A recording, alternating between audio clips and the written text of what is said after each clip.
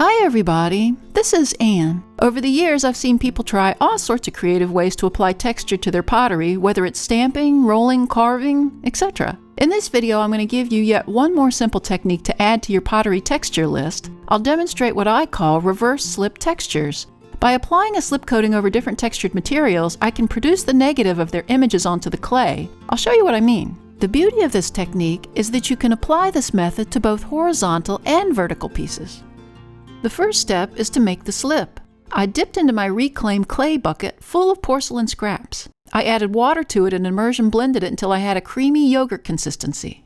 The first texture I'll work with is this cotton string. It's lightweight, flexible, and absorbent, which is important for the success of this project. I hand-built this leaf-shaped vase, which is stiffened up but is not quite leather hard yet. I cut off several yards of string and ran it through my bucket of water. The string absorbs the water so it'll stick to the surface of the vase easily. Starting at the bottom, I held the end of the string in place, then ran my line across the pot where I wanted it, making sure the string stuck to the clay. I continued my line all the way to the top of the piece. I made my design more symmetrical and evenly spaced, but you can also be as random and overlapping as you want. I think people might be intimidated to try a more symmetrical, precise pattern, so I wanted to show you it's easier than you think.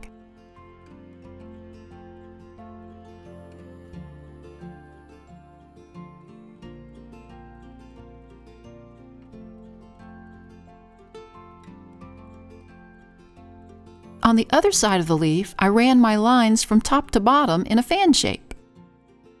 By the way, if you're interested in creating this hand-built leaf-shaped vase, let me know in the comments section and I'll do a video on it with free templates.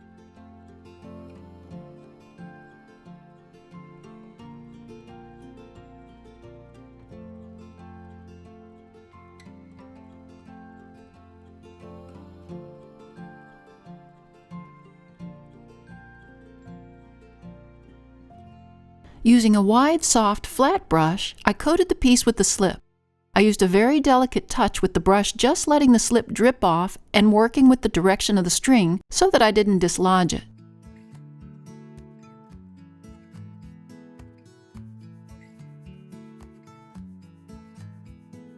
Surprisingly, for the most part, the string stayed put, but if the string does start to droop, you can go back and straighten it out before the slip dries.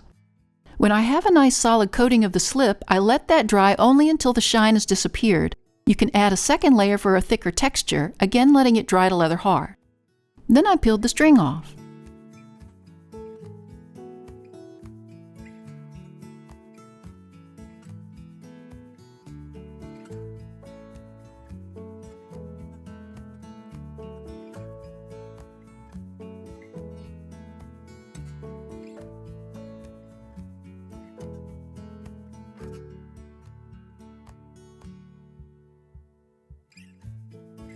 You can see the texture from the string that's left in the ditches, which makes for an even nicer pattern and design.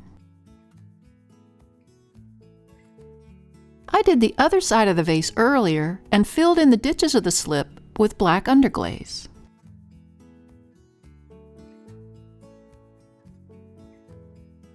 Here's another vase where one side I filled the ditches with the underglaze and the other side I brushed the underglaze around the string texture. I like the contrast and the different looks you get on one piece. Let's switch out the string and see if fresh leaves will work on a mug. We have these muscadine grapevines growing everywhere down here. No grapes, but beautiful leaves. I detached the leaves from the stems. I love that the leaves are different sizes. I created a sticky surface for them to attach to by dipping the mug in the slip, but you can brush the slip on too if you prefer. I dipped each leaf in the slip. The slip makes the leaf heavier, so it'll give you less resistance to wanting to peel back up. I then applied it to the surface. I made sure to push the edges as flat as I could to the surface so it would leave an imprint.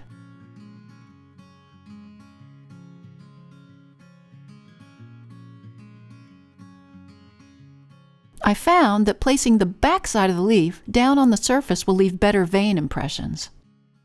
Again, you can apply a second coat of the slip for a thicker texture. Let the slip dry almost until bone dry under the leaf to capture the veining, then peel away the leaves. If your slip hasn't dried enough under the leaf by the time you finally peel it off, you may get the outline of the leaf, but the veining pattern may not transfer.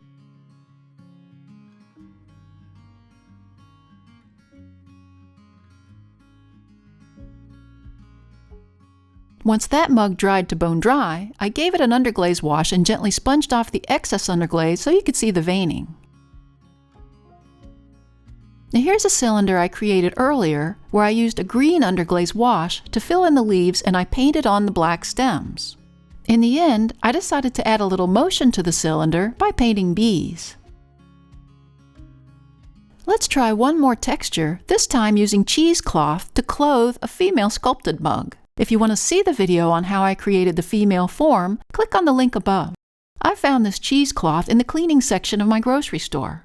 First, I pulled apart the loose weave of the fabric, even pulling out some of the strands to create the texture. This actually took longer than doing the technique, but there is something almost therapeutic about it too.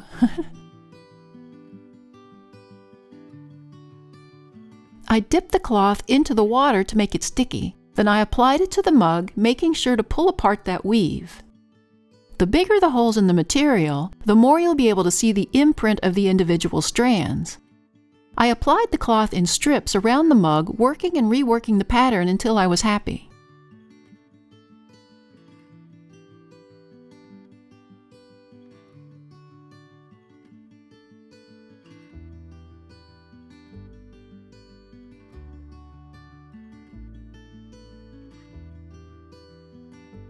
When it was stuck down where I wanted it, I gently brushed on the slip. Again, I let that dry to leather hard and gave her one more coat of slip.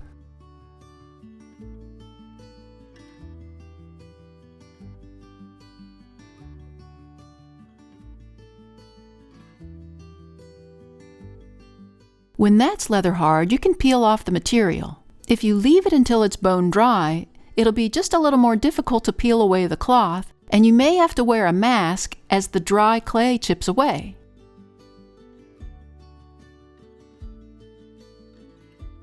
You can really see that the bigger the gaps in the weave gives you more slip texture in the end.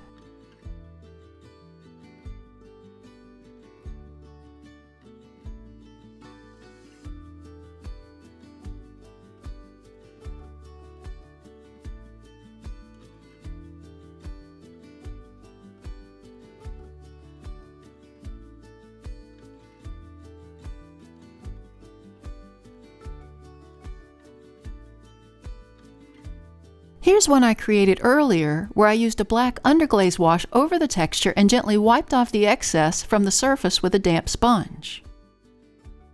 And here's the mug sample that I peeled away the cloth for you. I did the same underglaze wash over it like the other sample. The texture really gives her attitude and personality. Thanks to the newest members of our Little Street Pottery Research Facility team. If you'd like to join the team and earn a title, click on the Super Thanks button or the link to buy me a coffee. It also really helps us out if you hit that like button and subscribe to our channel. See you next time in the studio.